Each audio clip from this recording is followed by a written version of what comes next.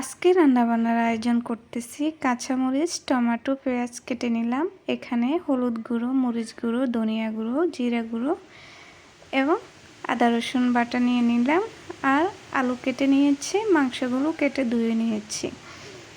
এখন রান্না বসিয়ে দিব। প্রথমে কড়াইটা ভালো করে গরম করে তেল গরম করে নিয়েছি। এখানে পেঁয়াজ দিয়ে ভালো করে লাল লাল করে ভেজে নিয়েছি। এখন আদা রসুন বাটা দিয়ে সুন্দর করে ভেজে নিচ্ছি। আদা রসুন বাটা তেলের সঙ্গে ভেজে নিলে খুব সুন্দর একটা ঘ্রাণ আসে, তরকারিও খুব সুন্দর হয়। আর এখানে সব ধরনের মশলা দিয়ে দিলাম। মশলাগুলো এখন আমি হালকা আছে ভেজে নেব। আর পরিমাণ মতো পানি দিয়ে দিয়েছি যেন পোড়া না লেগে যায়। এখন এই পানিটুকু দিয়ে ভালো করে কষিয়ে নেব। মশলা যত কষানো হবে তরকারি তত ভালো লাগবে। মশলাতে আমি একটি টমেটো কেটে দিয়েছি যেন তরকারিটা আরও ভালো হয় এবং কালারটা অনেক সুন্দর হবে। টমেটো আমি যে কোনো তরকারির সঙ্গে দিয়ে থাকি, টমেটোটা আমার খুবই ভালো লাগে। এখন ভালো করে কষিয়ে নিব টমেটো এবং সমস্ত মশলাগুলো। এখন কষানো শেষ। এখন মাংসগুলো দিয়ে দিলাম। এগুলো হলো মুরগির মাংস। মুরগির মাংসগুলো আমি ছোট ছোট করে টুকরা করেছি। মুরগির মাংস আজকে কষিয়ে রান্না করতেছি। আজকে মাংসতে আমি আলু দেব। আলু দিয়ে রান্না করলে খুবই ভালো লাগে, বাচ্চারাও খেতে পছন্দ করে আর আমারও পছন্দ। তো খুব সুন্দর করে কষিয়ে নিতে হবে। তরকারিটা যেন লেগে না যায় সেদিকে খেয়াল রাখতে হবে।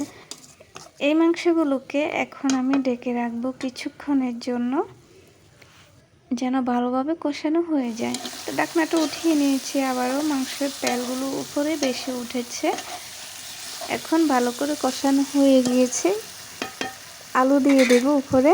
আলু দিয়ে আবারও আমি কিছুক্ষণ কষিয়ে নেব। আলুর সঙ্গে আমি কয়েকটি মরিচ দিয়েছি। ভালোভাবে নেড়ে ছেড়ে নেব। খুব সুন্দর একটা কালার হয়েছে। এখন আমি এই তরকারিতে সামান্য পানি দিয়ে দিব, পরিমাণ মতো, বেশি দিব না।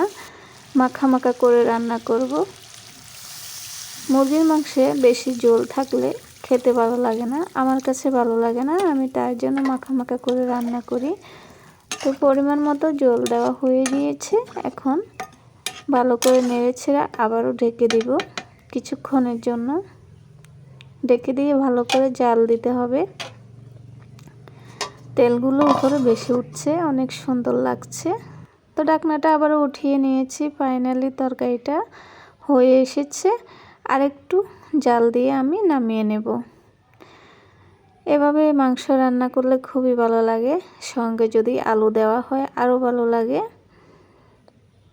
তো এখন নামিয়ে নেব। তরকারিটা হয়ে গিয়েছে। অসাধারণ লাগছে আমার কাছে। এই তরকারিটা খুবই ভালো লাগে। তো কেমন হয়েছে আমার রান্না বান্না জানাবেন। আজকে রান্না বান্না এ পর্যন্তই। সবাই ভালো থাকবেন। আল্লাহ হাফেজ। আসসালামু আলাইকুম।